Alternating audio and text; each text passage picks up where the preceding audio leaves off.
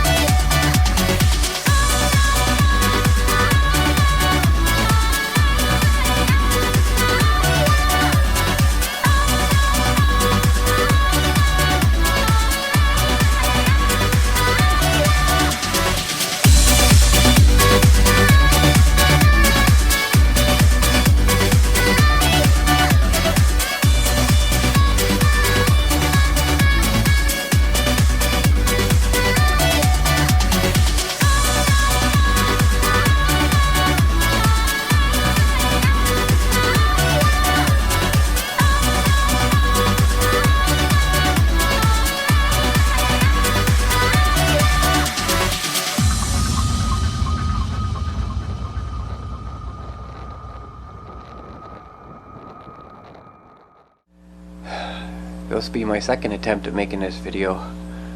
Forgot to turn the microphone on. That's the one thing I don't like about this camera. The microphone's powered, it has to be turned on separate. Okay, now, what did I say? Won't be doing any work today. I woke up about 9:30 this morning, couldn't get back to sleep, sat at the computer for a bit, and everything was fine until I got ready to go out, and all of a sudden my muscles just said, no, I don't want you to work today. So I had no energy whatsoever. I'm sore, my ears are plugged up, my balance is off. It was even difficult driving the monster today, but it's so nice out. I'll have to check when I get in the house. I'm not even sure what the temperature is right now, but I'm just wearing a sweater and I'm comfortable. But driving far trail through across the dike, just the bumps, it was physically uncomfortable. Just the bouncing around, I couldn't handle it. But at least I enjoyed the day.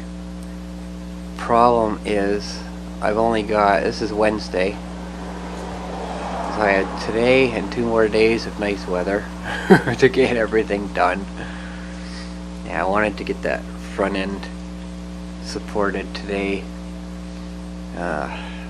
put the bumper back on so I could work on the frame tomorrow, and that'll give me an extra day just in case.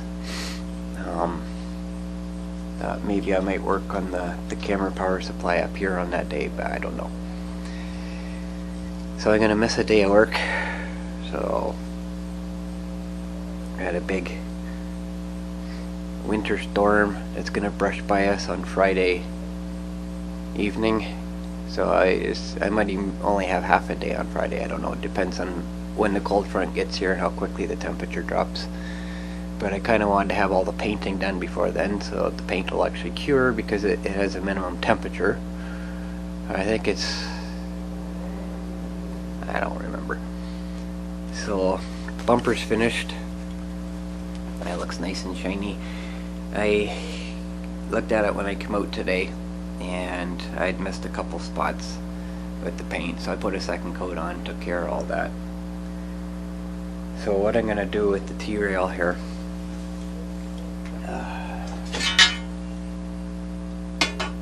this is too heavy. I've already done this once, I gotta do it again. So I'm gonna cut a section off so that it's just flat bar at that point. Then I'm gonna bend it, and that bend part will be where I put the bolt through, because I figure a 45 degree from the frame to the bumper would be a good enough support. Weld one end to the frame and then bolt to the bumper, so I can take the bolt out and take the bumper off if I need to take the bumper off at some point in time. But technically, ow,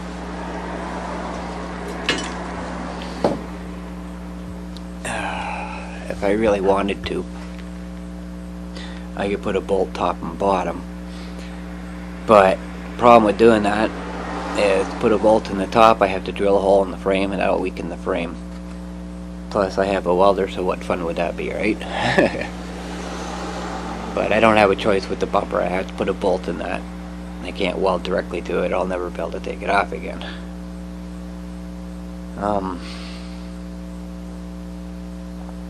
Creaky hinge is gone. Completely gone.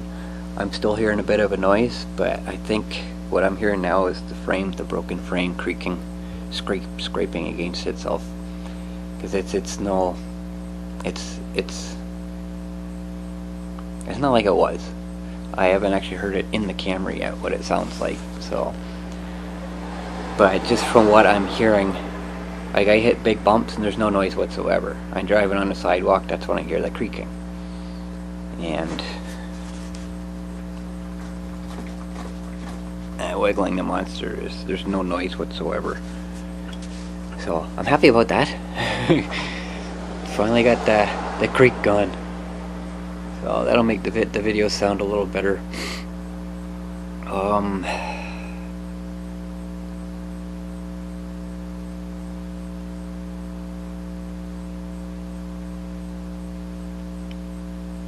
Seems to me there was something else I was gonna say. Oh, I got the light assembled. Overhead light here. I got the other one assembled now for put on the bumper, and I decided to put a separate switch in for it. It's gonna be a secondary switch, so I'm gonna tie it in with the original switch. So I turn it on. The second switch will have power, so I can actually turn that front one on and off. So I can run just the overhead light, or I can run that one, and when I turn the main switch on, both will turn off. So if I leave that switch on, then when I turn the main switch on, they'll either both come on, both go off. But I can't run just that front one on its own. I can run the top one on its own, but in order to run the front one, this one will have to be on.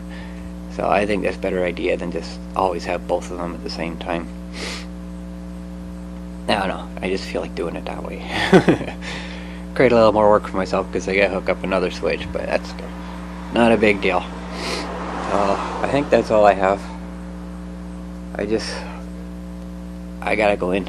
I can't do anything today. Yeah, it's not gonna happen. So I'm gonna miss a day. But that's okay. We'll see what happens.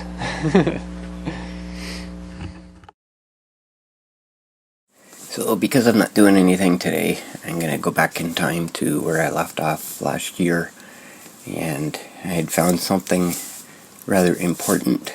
Yeah, I figured I'd share it with you guys. This may help you out in the future.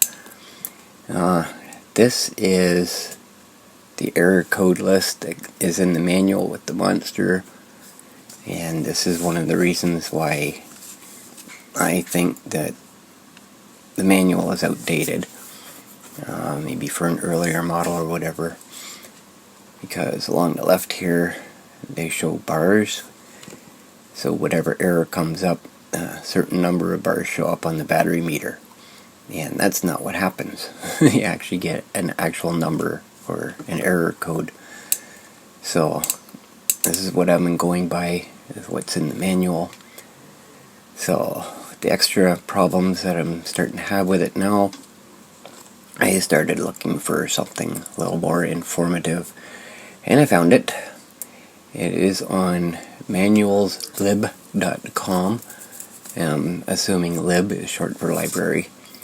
And this is actually kind of difficult to find, so I'll put a link in the description so you guys can go find it yourself. This is just and I suggest downloading it, because if you forget where it was, then like I say, it's kind of hard to find. So I'll leave a link for it. It's a PDF form, but it's an online PDF, so you'll probably have to save the pages individually. So, like I say, this seems to be old, and this is the part that I found, the malfunction messages. It takes the connector pin key controller as a determinant signal and converts it into a digital code. When the controller sends out an error message, the red LED, which is the exclamation point, is flashing with the controller signal. At the same time, the error message code will show on the LCD. So that's what happens. And here's the different error codes that come up. 1 through 9, where 1 and 5 are not being used. Well, okay. 5 on this one is not being used. So I guess it would be 2 through 9 on here. Some of these I have seen. If you remember when my motor failed, and I was sitting on the side of the road, I got error code 8. And according to error code 8, it's a controller fault. And that's what I understood from what was in my manual. But on the actual error codes, error code 8 is a broken motor. That would have been nice to know that information back then. So I think it's kind of important that I share this with you guys. So those of you that have a monster, and if you have error codes come up, and this will probably help you out a lot. When I had the bad connection to my brake, I was getting error code 2. I covered that a lot, so you'll probably remember that. And that was telling me a bad connection to the motor. And if I go up to this one, I get error code 2, low voltage needs charge now. So neither of these were really accurate in determining what was actually going on. But I just thought I'd share this with you guys. A more up-to-date version of the error that actually shows up on the screen. So, not just battery meter bars.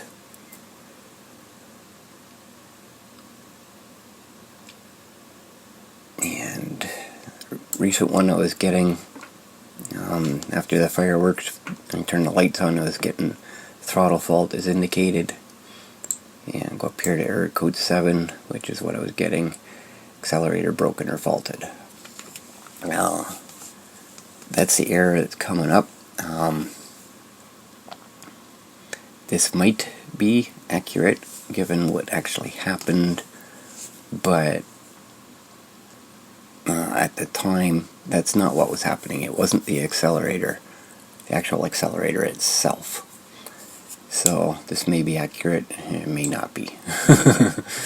But I really don't want to give away what the actual problem was, because there's still more to cover on it before I get to that point. So I just thought I'd show this. I'll put a link in the description. It'll probably be right at the very bottom. In the credits, it'll be under other probably. So you can check it out for yourself. This is July 9th of 2018. I was out doing my tour, and I come up to an intersection, and I see this.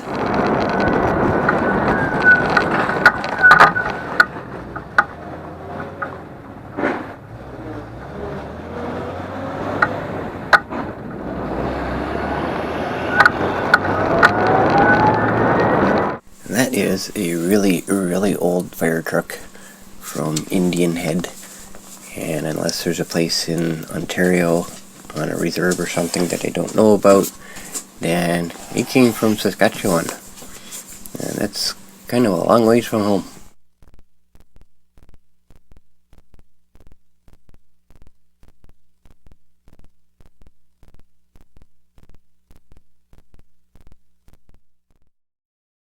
So anyways, I'm sure you can hear it in my voice. I feel like absolute crap right now. Monster's out in the garage all apart, and cold weather's here now. Because I was doing work out there, I kind of got to bed late, and I forgot to set all my alarms, so I woke up late. It was like 6 degrees outside, and it's like, no, I'm not going out there tonight. Yeah, I'm having a hard time just doing this, sitting at the computer where it's nice and warm. So I'm going to end here, and I'm going to show you a really nice picture I got down at the floodplain, and with some video. So that's it for this video. Thanks for watching.